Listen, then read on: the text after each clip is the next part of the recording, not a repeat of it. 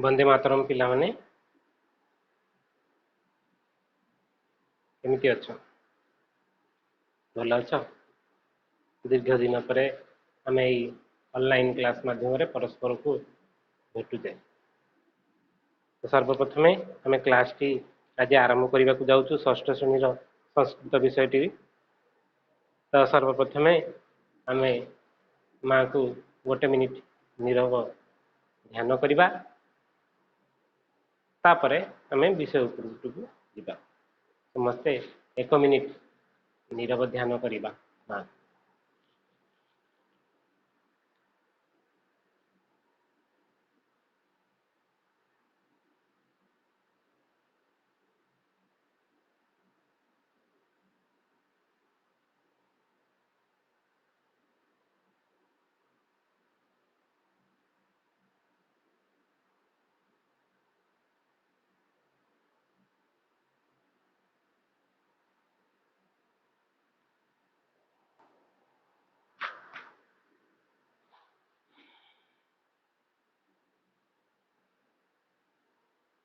आम आज षष्ठ श्रेणी संस्कृत विषयटी को पढ़ा। संस्कृत हूँ एक महान भाषा तथा माँ मध्य एक कहते जे दिने संस्कृत भाषा है आमर राष्ट्रभाषा। वर्तमान आमर राष्ट्रभाषा कौन हिंदी अच्छी तो श्रीमा कहते भविष्य आमर संस्कृत भाषा हम आमर राष्ट्रभाषा। कारण संस्कृत भाषा रे भारत वर्षर संस्कृति लुचि रही। आमर जेते पुराण कौन वेद वेदांत ये सबू मूल लिपि रही संस्कृत।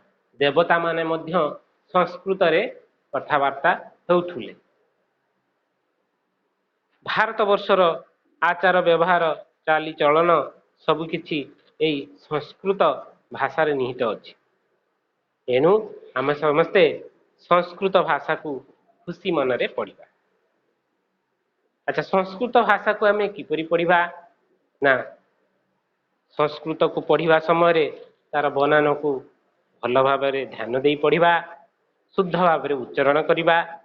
हाँ आउ लक्ष्य रखिबा केउठारे विसर्ग रही केउठारे चंद्रबिंदु रही मात्रा उपरे आमर ध्यान रहिबा भी दरकार।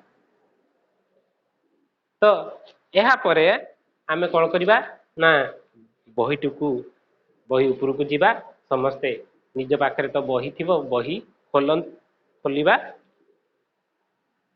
देख बही प्रथम पृष्ठा खोलला कौन अच्छी ना पाठ आरंभ करने पूर्वर मधुमयी माँ का वंदना गान करा जहाद्वारा कौन हम ना ये माँ का वंदना गान करने द्वारा आमर ये समग्र वर्षटी सरल और बोधगम्य हो पार। विषय आम जिते आम ये विषय को पढ़ा तो ताहा माँ को स्मरण करी आम आरंभ करुँ जेहेतु पाठटी तो आमर समग्र वर्षटी आमर सरल आ बोधगम्य हेब।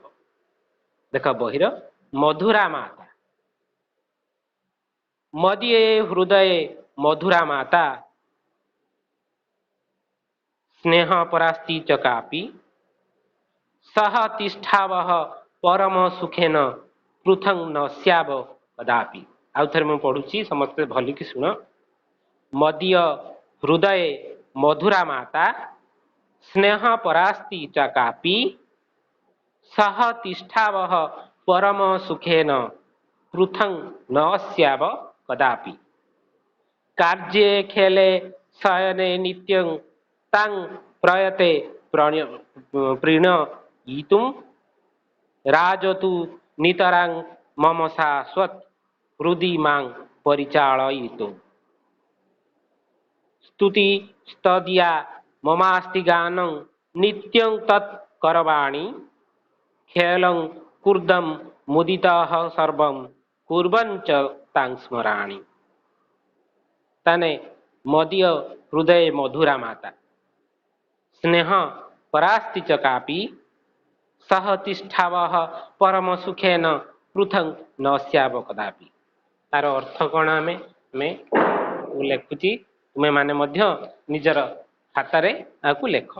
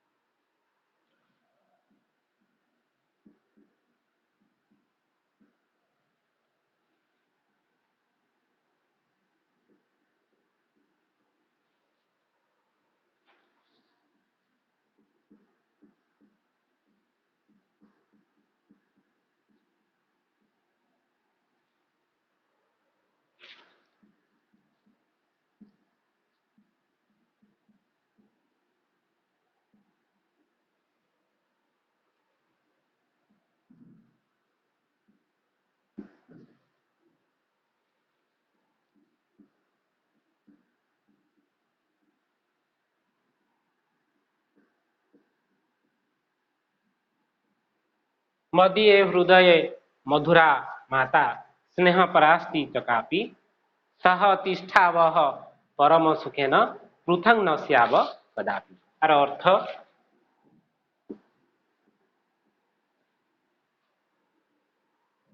कौन अच्छी ना मोर हृदय रे कही जने स्नेहमयी मधुमयी माँ अछंती आमे दुई जन परम सुखरे सेठारे बास करिबा केबे हेला आमे पृथक बा अलगा हेबा नहीं। तो या लेख समस्त लेख।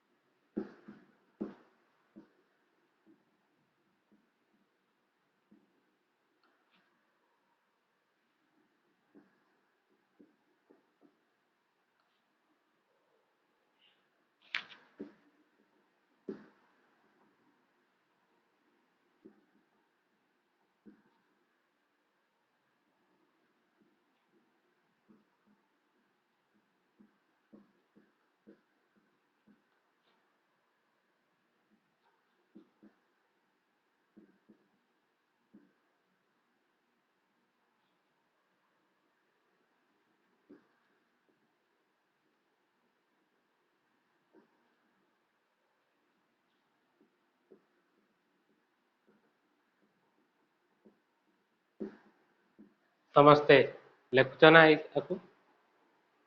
मोर हृदय रे कही जने स्नेहमयी मधुमयी माँ अछंती आमे दुई जन परम सुखरे सेठारे बास करिबा केबे हेला आमे पृथक बा अलगा हेबा नहीं ହେଲା। ता परटी बुझिबा।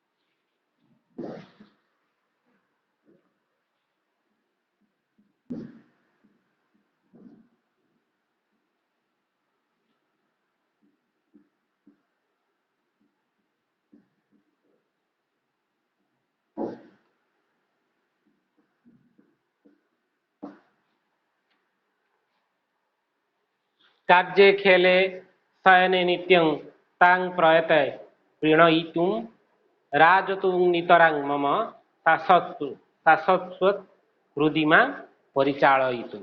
तार अर्थ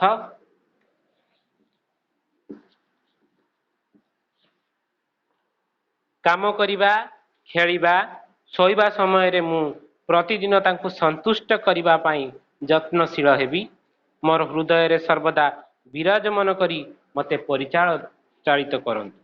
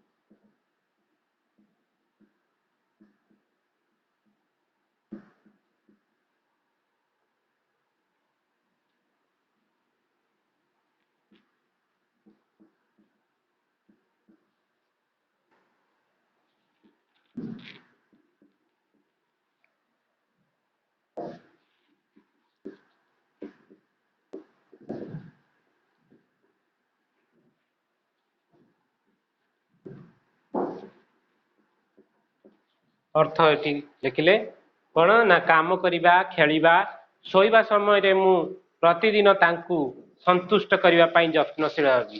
ताहाकु संतुष्ट करने यत्नशील हवा कहूँ ना माँ को संतुष्ट करने यत्नशील हेबी।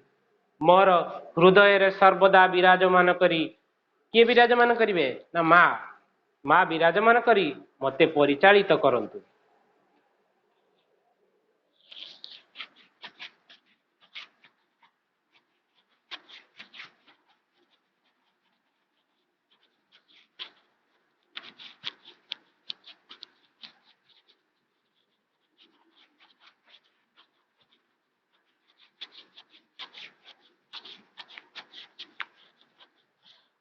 तापरे अच्छी कौन ना स्तुति तदिया ममास्ति गानं नित्यं तत्करवाणी खेलं कुर्दं मुदितः सर्वं कुर्बन् च तं स्मरामि।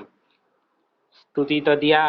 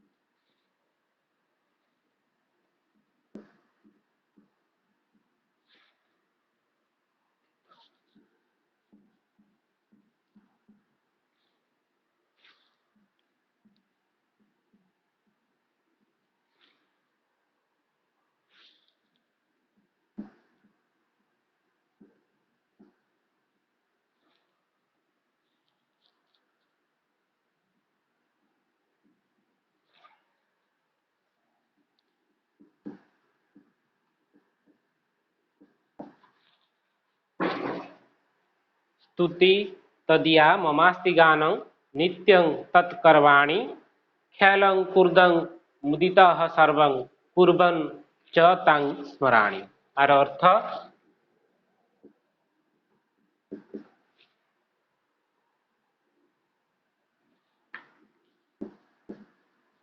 तुमर तुमर माने किए एठी माँ है।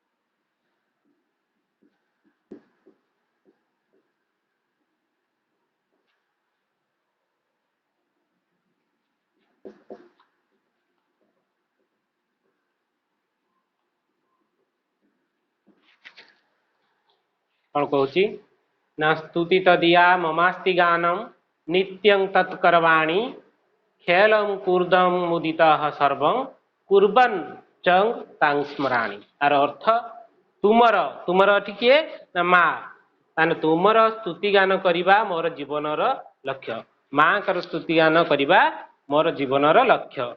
प्रतिदिन मु ताहा करिबी खेल कूद शयन आदि कार्य करिबा पूर्वरु बा करू करू मु तुमको स्मरण करिबी। ठीक अच्छी ताको सब लेखुच ना पिला माने आज ये क्लास टी आमे एठी रखिबा परवर्ती क्लास रे पुणी देखा हबो। वंदे मातरम।